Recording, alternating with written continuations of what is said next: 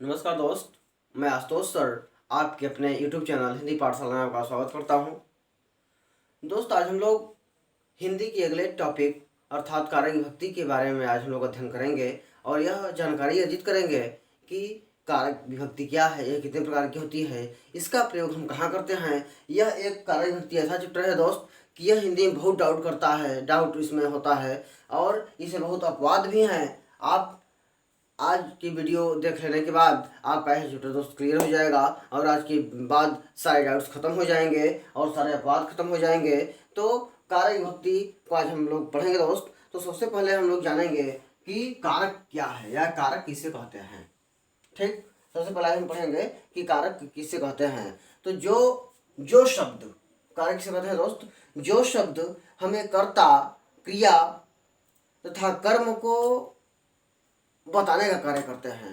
ठीक, जिस सेंटेंस में कर्ता, क्रिया, कर्म को जोड़ते हैं अर्थात, ठीक है ना, जिस वाक्य में जो कारक कर्ता, कर्म और क्रिया को आपस में जोड़ते हैं उसे क्या कहते हैं दोस्तों, उसे कारक कहते हैं। ठीक, अब दूसरा प्रश्न उठता है कि कारक कितने प्रकार के होते हैं। तो कारक कुल तो कारक आप जान लीजिए 8 प्रकार के होते हैं, लेकिन अगर मुख्य कारक की बात की जाए तो मुख्य कारक 6 ही होते हैं दोस्त। कौन कौन से होते हैं 6, ये मैं भी बता रहा हूँ आपको। ठीक, जो विभक्तियाँ होती हैं, विभक्तियाँ कितने प्रकार की होती हैं, विभक्तियाँ 7 प्रकार की होती हैं मुख्य, और वैसे विभक्तियाँ भी मुख्य कुल कितनी होती हैं, 8 प्रकार की विभक्तियाँ होती हैं। ठीक, यह कारक विभक्ति में यह आप पढ़ लेते हैं, कर्ता ने कर्म को करण से संप्रदान के लिए अपादान से लग संबंध काके की अधिकरण में विपर संबोधन है अरे भो। इतना पढ़ लेने से हमारा कारक विभक्ति दोस्त कंप्लीट नहीं हो पाता, जिससे कि आप भ्रमित हो जाते हैं। कोई भी एक प्रश्न पूछ देता है, उसमें कारक चिन्ह यदि लोप रहता है तो आप जो है कि नहीं उससे कर पाते, और रहता भी है तो आप गलत कारक विभक्ति करके चले जाते हैं दोस्त। ठीक है, तो आप आज सबसे पहले देखेंगे कि कितने प्रकार का होता है, क्या होता है, इसका मतलब क्या होता है, विभक्ति, कारक और इसके दोस्त चिन्ह। ठीक है ना,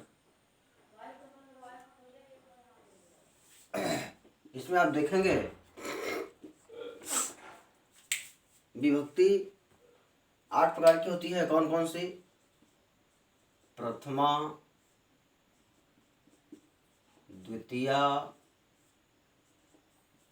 तृतीया, चतुर्थी, पंचमी, षष्ठी, सप्तमी और आखिरी होता है दोस्त संबोधन। कारक में कर्ता चिन्ह में ने, कर्म को करण से के द्वारा, अधिकरण, कर्ता ने कर्म को करण संप्रदान, इसका संप्रदान रहेगा, संप्रदान के को लिए, अपादान से अलग, संबंध,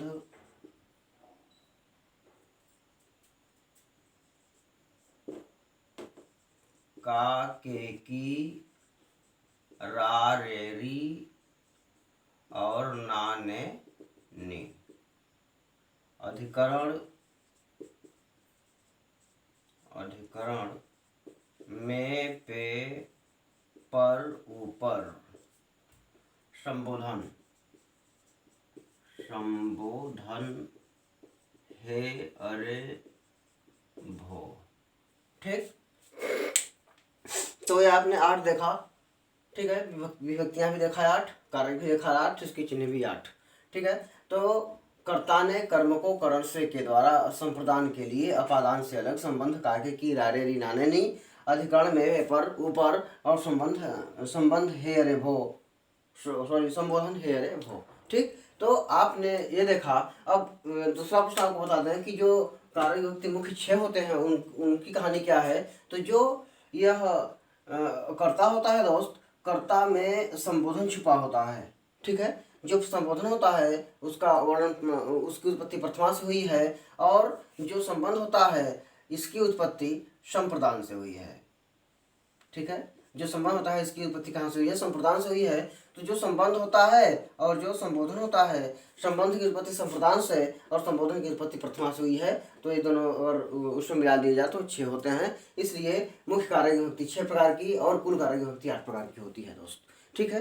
अब हम 8 कारक विभक्ति के बारे में बारी बारी से पढ़ेंगे और इसके बारे में यह जानकारी अर्जित करेंगे कि क्या है। ठीक। अब देखिए, अब पहले में आएंगे कि कर्ता कारक विभक्ति। पहला क्या है आपका? पहला है कर्ता कारक विभक्ति। पहला कर्ता कारक विभक्ति। ठीक। आप इसको समझ गए। तो कर्ता कारक विभक्ति में दोस्त क्या होता है कि जहां वाक्य में कहीं कहीं जो चिन्ह होते हैं, जैसे न है, तो कहीं कहीं ये चिन्ह दिखते हैं और कहीं कहीं दिखते भी नहीं हैं। जहां वाक्य में प्रत्यक्ष या परोक्ष रूप से जहां वाक्य में प्रत्यक्ष या परोक्ष रूप से हुआ हो वहां कर्ता कारक होता है। तो इसमें होता क्या है दोस्त? जैसे मान लीजिए, अब कर्ता कारक विभक्ति का चिन्ह क्या होता है? ने होता है। कहीं कहीं पे आपको नहीं दिखेगा और कहीं कहीं पे नहीं आपको नहीं दिखेगा। जैसे राम ने रोटी खाई, राम ने रोटी खाई। ठीक। तो यहाँ राम के बाद ने है, तो राम के बाद ने है तो आप यह जान जाएंगे कि यहाँ पर कर्ता कारक विभक्ति होगा, क्योंकि ये जो चिन्ह है यह कर्ता कारक विभक्ति का चिन्ह है और यहाँ पे ने आया भी है। लेकिन एक सेंटेंस और है कि बालक पुस्तक पढ़ा, बालक पुस्तक पढ़ा। ठीक है। तो बालक पुस्तक पढ़ा। अब यहाँ देखिए कर्ता दिया है लेकिन यहाँ पे ने छुपा लिया है, क्योंकि कर्ता ने ही कार्य को किया है। ठीक है। क्या यह कर्म है पुस्तक और पढ़ना क्रिया है, तो यह कर्ता ने ही कर्म को किया है। अर्थात कहने का मतलब कि यह सेंटेंस में यह लिखा रहे बालक पुस्तक पढ़ा या बालक ने पुस्तक पढ़ा, यह दोनों सेंटेंस दोस्त एक ही है। तो कहने का मतलब यह है कि कर्ता कारक विभक्ति में कभी कभी ने देगा, कभी कभी ने नहीं देगा, तो आप भ्रमित नहीं होंगे। ठीक। दूसरा, इसमें कोई अपवाद नहीं है। दूसरा है आपका कर्म कारक विभक्ति।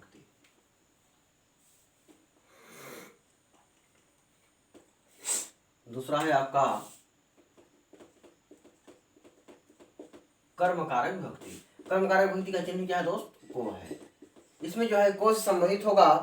कहीं कहीं पे प्रत्यक्ष रूप में दिखेगा को और कहीं कहीं पे परोक्ष रूप में दिखेगा, अर्थात कहीं कहीं पे को नहीं लिखा होगा।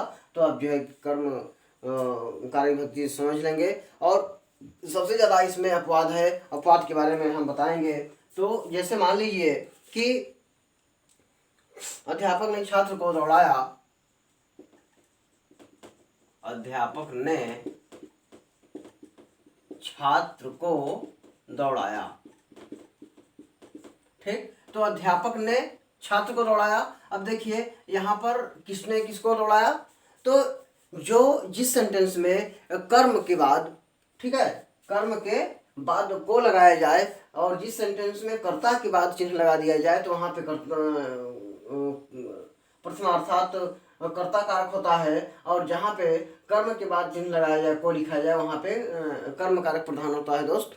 तो कहने का मतलब यह है कि अब यहाँ पे अंडरलाइन खींच के परीक्षा में आपसे पूछता है, अगर यह पूछेगा कि अध्यापक ने में कौन सी विभक्ति है, तो आप कहेंगे प्रथमा। लेकिन प्रथमा अर्थात कर्ता। और अगर पूछे अंडरलाइन करके पूछेगा कि छात्र को दौड़ाया में कौन सी विभक्ति है, तो आप क्या कहेंगे? द्वितीय कहेंगे, अर्थात आप कर्म कारक कहेंगे। ठीक है। तो आप समझ रहे हैं ना? तो अब इसमें कुछ अपवाद है दोस्त। इसमें क्या है? अपवाद हैं। ठीक है। इसमें अपवाद हैं। अब जैसे मान लीजिए लिखा है कि उसने रोटी खाई, तो उसने रोटी खाई। अब यहाँ पर उसने रोटी खाई। ठीक है। अब यहाँ पर देखिए कारक चिन्ह नहीं दिया गया है, तो अब यहाँ पे आप ऐसे भी कर सकते हैं कि उसने रोटी को खाई। ठीक है। तो यहाँ पे को का लोप कर दिया गया, तो ऐसे भी सेंटेंस में आप समझ लेंगे। इसमें अब कुछ अपवाद हैं, अपवाद को हम बता देते हैं आपको कि कुछ सेंटेंस में हिंदी में यदि निम्न जो वर्ड दिए गए हैं उसमें यदि कोई भी आ जाए, जैसे मान लीजिए कि आ जाए दूह, माने होता है दूहना, दूहना, याच, याच माने होता है दोस्त मांगना, पक, पक माने होता है दोस्त पकाना, दंड, दंड माने होता है दंडित करना अर्थात दंड देना। ची, ची माने होता है दोस्त चुनना। ब्रू, ब्रू माने होता है बोलना। कहने का मतलब है कि जितनी भी 16 द्विकर्मक धातुएं हैं, वे 16 द्विकर्मक धातुएं अगर इसमें आ जाती हैं तो आप तुरंत जान जाएंगे। जैसे याद रहता है ले जाना, क्या होता है, जैसे ले जाना, चुराना, ले जाना, चुराना, सुलाना, कोसना, सुलाना, कोसना, पुकारना, जमाना, पुकारना, जमाना, भगाना, चारों ओर, चारों ओर, दोनों ओर, सभी ओर। ठीक है, तो आपने देखा कि जिस भी सेंटेंस में, जिस भी वाक्य में यदि आपको क्या मिल जाए, दूहना, मांगना, पकाना, दंडित करना, चुनना, बोलना, ले जाना, चुराना, सुलाना, कोसना, पुकारना, जमाना, भगाना, चारों ओर, दोनों ओर, सभी ओर, ठीक है, इतने सेंटेंस दिए जाए। एक सेंटेंस और दिया गया दोस्त, जाने के अर्थ में, जानने के अर्थ में। इतने यदि सेंटेंस दिए जाएं इस वाक्य में, अगर इतने वाक्य में से, सेंटेंस में यदि इतने वाक्य में से एक भी वाक्य दे दिया जाए दोस्त, तो नो डाउट, आपको यह डाउट नहीं होना चाहिए, आप द्विकर्मक धातु अर्थात कर्म कारक विभक्ति भी आप क्लिक करके चले जाएंगे दोस्त। और जैसे उदाहरण में आपको बता दूं, जैसे मान लीजिए लिखा है, अब आप समझ गए, जैसे मैं आपको उदाहरण बता दूं कि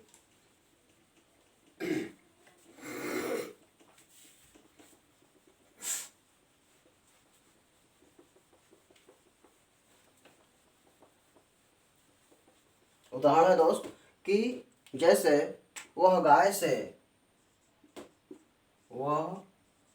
से दूध दूहता है।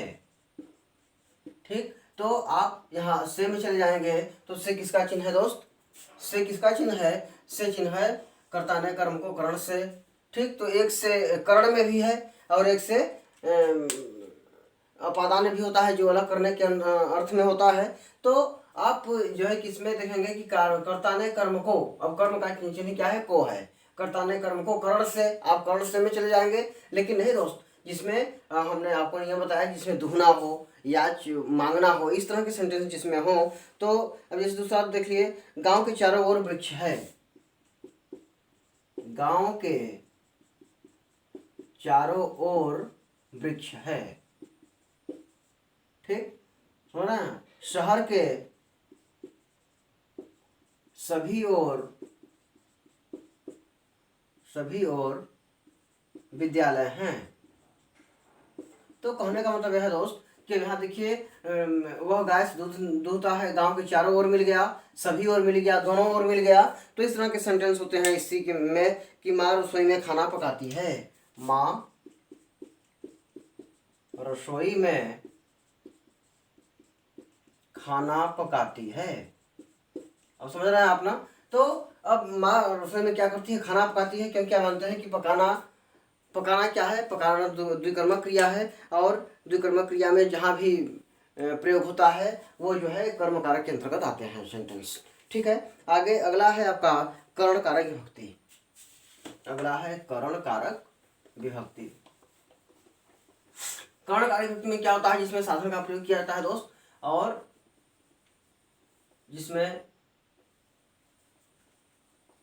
जिसका चिन्ह क्या होता है, से के द्वारा, जिसके द्वारा जो कार्य किया जाए।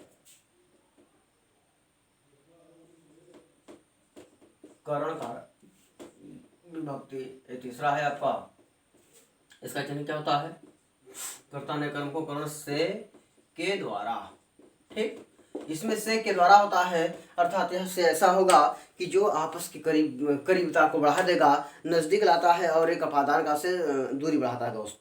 तो इसमें क्या होता है, करक कर्ण में इस जैसे मान लीजिए लिखा रहेगा कि सीता साइकिल से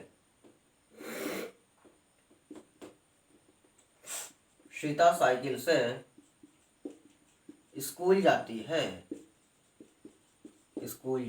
इसमें देखिए सीता साइकिल से स्कूल जाती है, इसमें आप यह जान लीजिए कि जो करता होगा वह किसी न किसी साधन का प्रयोग करेगा, जिसमें द्वारा हो या जिसमें साधन का प्रयोग किया जाए, वहाँ उसमें तुरंत कर्णकारक विभक्ति होता है। जैसे सीता साइकिल से स्कूल जाती है तो वह उसका साधन क्या है दोस्त, उसका साधन साइकिल है।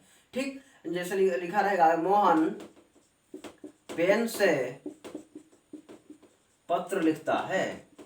क्या करता है, मोहन पेन से पत्र लिखता है। तो मोहन पत्र लिखने का कार्य करता है, उसका साधन क्या है दोस्त, उसका साधन पेन है। ठीक, आप समझ गए। तो पिताजी, आगे देखेंगे आप, पिताजी रोग से पीड़ित हैं। तो जो रोग है वह पिताजी को पीड़ित किया है, अर्थात पिताजी के शरीर में है, उसकी उपलब्धता है। तो कहने का मतलब यह है दोस्त कि अब पिताजी किससे पीड़ित हैं, रोग से पीड़ित हैं। तो यहाँ पर क्या है, रोग उनका एक साधन हो गया कि रोग से वो बेचारे पीड़ित हैं। तो यहाँ पे क्या हो जाता है, यहाँ पे कर्णकारक विभक्ति दोस्त हो जाती है। अगला है आपका, इसमें कुछ अपवाद आपको बता दें। इसमें अपवाद है क्या,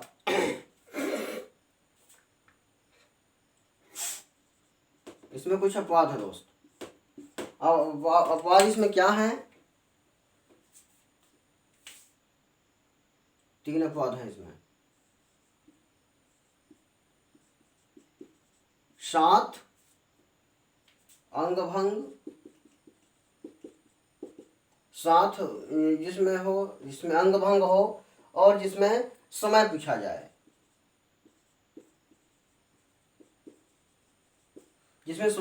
अंगभंग हो और 7, ये 3 तरह का वर्णन जिस सेंटेंस में रहेगा आप तुरंत जान जाएंगे कि यहाँ पे कर्ण है। ठीक, जैसे हम आपको बता रहे हैं कि जैसे मान लीजिए लिखा है कि आज शाम 8 बजे पार्टी है। सेंटेंस क्या है कि आज शाम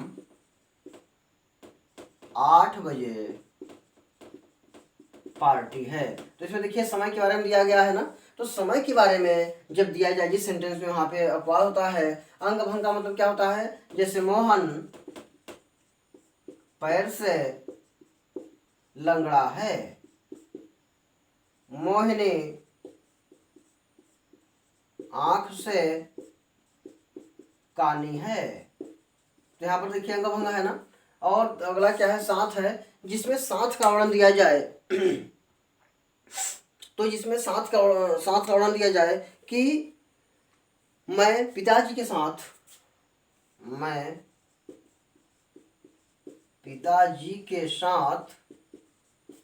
बाजार जाता हूँ। तो यहाँ देखिए 7 लिखा है ना, जिस सेंटेंस में 7 लिखा रहे, समय के बारे में दिया रहे और आपका अंग भंग, शरीर का कोई अंग भंग का वर्णन हो, वहाँ पे तो तुरंत जो है कि नो डाउट, आपके दिमाग में कोई डाउट नहीं होना चाहिए, आप तुरंत कर्णकारक विभक्ति में कोई जो है कि क्लिक करेंगे। अगला है आपका संप्रदान। चौथा है आपका संप्रदान कारक विभक्ति। ठीक है,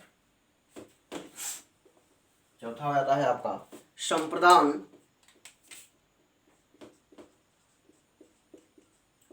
कारक विभक्ति, चौथा है दोस्त। तो इसका चिन्ह क्या होता है, संप्रदान के को लिए। ठीक, के को लिए होता है इसका, यह जो को है यह आपको समझना पड़ता है, यह लुप्त होता है ज़्यादातर।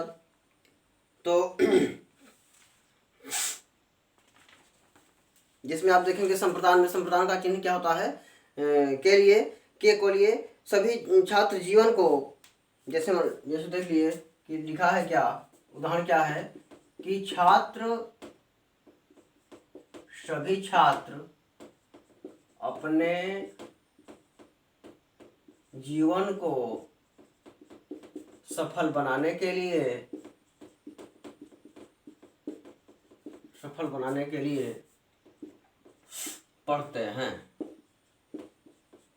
ठीक, तो सभी छात्र अपने जीवन को सफल बनाने के लिए पढ़ते हैं। तो यहाँ पे क्या है, अपने जीवन को ना, तो जिसमें को हो अर्थात के लिए हो, अपने जीवन को सफल बनाने के लिए वो जो है कि पढ़ाई करते हैं। तो कहने का मतलब दोस्तों कि यहाँ पे को है और के लिए के अर्थ में आया है, यहाँ पे संप्रदान होगा। जैसे सुधा हमसे मिलने आई है, सुधा हमसे मिलने आई है। अब देखिए, सुधा हमसे मिलने आई है, तो यहाँ पे हमसे है लेकिन हमसे मिलने के लिए आई है। उसका फुल सेंटेंस, फुल अर्थ क्या है कि सुधा हमसे मिलने के लिए आई है। यहाँ पे आप देख रहे हैं कि के लिए का लोप है, तो आप समझ लेंगे कि यहाँ पे वह जो है कि के लिए ये है, क्योंकि यहाँ पे जिस सेंटेंस में कारण बताया जाए दोस्त, कारण बताया जाए के लिए छुपा हो या न भी छुपा हो, वहाँ पे संप्रदान होता है। जैसे माँ बच्चे के लिए, माँ बच्चे के लिए खिलौना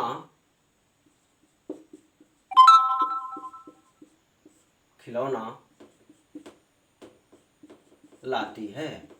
तो यहाँ पे क्या है कि माँ बच्चे के लिए क्या लाती है, खिलौना लाती है। कोई कारण है, लाने का कारण क्या है, खिलौना। तो कहने का मतलब है दोस्त कि इसमें कारण बताया जाए, के लिए हो चाहे ना हो, तो यहाँ पे ऐसे सेंटेंस में हम संप्रदान में चले जाते हैं। और इसमें कुछ अपवाद हैं, आप देख लेंगे। अपवाद इसमें क्या है, जहाँ पे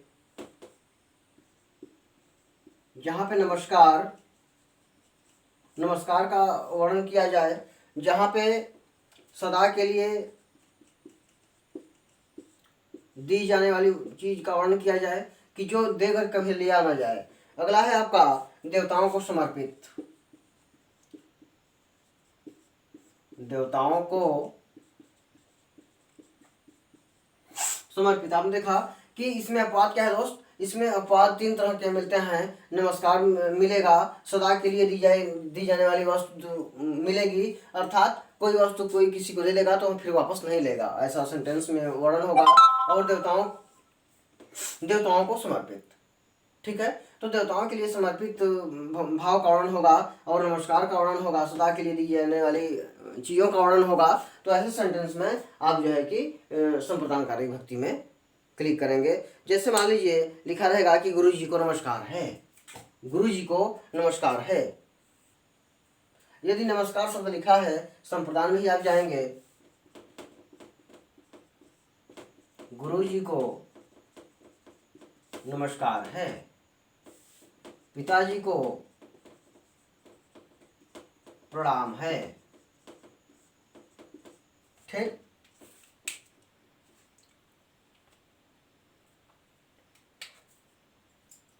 राम ब्राह्मण को दान देता है। ठीक, अब राम ब्राह्मण को दान देता है, अर्थात जब दे दिया है तो कभी लेगा नहीं। तो जिस सेंटेंस में कभी न लेने वाली चीज का वर्णन हो, वहां पे संप्रदान होता है। ठीक, गंगा आगे है, यह हवन देवताओं को समर्पित है, ठीक है। तो इस तरह के सेंटेंस किसमें होते हैं, इस तरह के सेंटेंस आप देखेंगे तो संप्रदानकारी भक्ति में दोस्तों होते हैं। अगला है आपका अपादान। अपादान में क्या होता है, अपादान का भी चिन्ह आपके कर्ण की तरह से होगा, लेकिन इन दोनों से में अंतर होता है, क्योंकि जो अपादान का से होता है ये हमेशा जो है कर्ता से उसके कर्मों को अलग करने का कार्य करता है, और यह जो है कर्ण का जो श्रेय है यह कर्ता और कर्म में संबंध स्थापित करता है दोस्त। तो जो है कि अगला है आपका अपादान। अपादान ये पांचवा है, अपादान से अलग, जैसे अलग करवाता है इसलिए इसको अलग कहते हैं। तो अपादान में क्या है कि जैसे जिसमें क्या हो से लिखा हो और वो अलग करने के सेंस में हो, जैसे गंगा हिमालय से निकलती है, गंगा हिमालय से क्या करती है, निकलती है। पेड़ से पत्ते गिरते हैं। तो आपने क्या देखा कि यह जो गंगा है हिमालय से दूर हो रही है, निकल रही है, अर्थात दूर ही हो रही है। पेड़ है, पेड़ से पत्ते क्या हो रहे हैं, दूर हो रहे हैं, गिर रहे हैं, अर्थात पेड़ से उसकी दूरी बढ़ रही है। तो यहाँ पे दोस्त क्या होता है, यहाँ पे अपादान कारक होता है। ठीक, इसमें कुछ अपवाद हैं। इसमें अपवाद क्या है देख लें आप। इसमें अपवाद है जहां पर क्या हो, जहां पर दो व्यक्ति या दो वस्तु की तुलना की जाए, दो व्यक्ति और दो वस्तु की तुलना की जाए, इससे हम अपवाद के अंतर्गत आता है। जैसे लिखा रहेगा कि राम सीता से सुंदर थे। ठीक, मोहिनी रागिनी से बड़ी है। तो यहाँ पर देखिए राम और सीता की तुलना की गई है, मोहिनी की और रागिनी की क्या की गई है दोस्त, तुलना की गई है। ठीक है।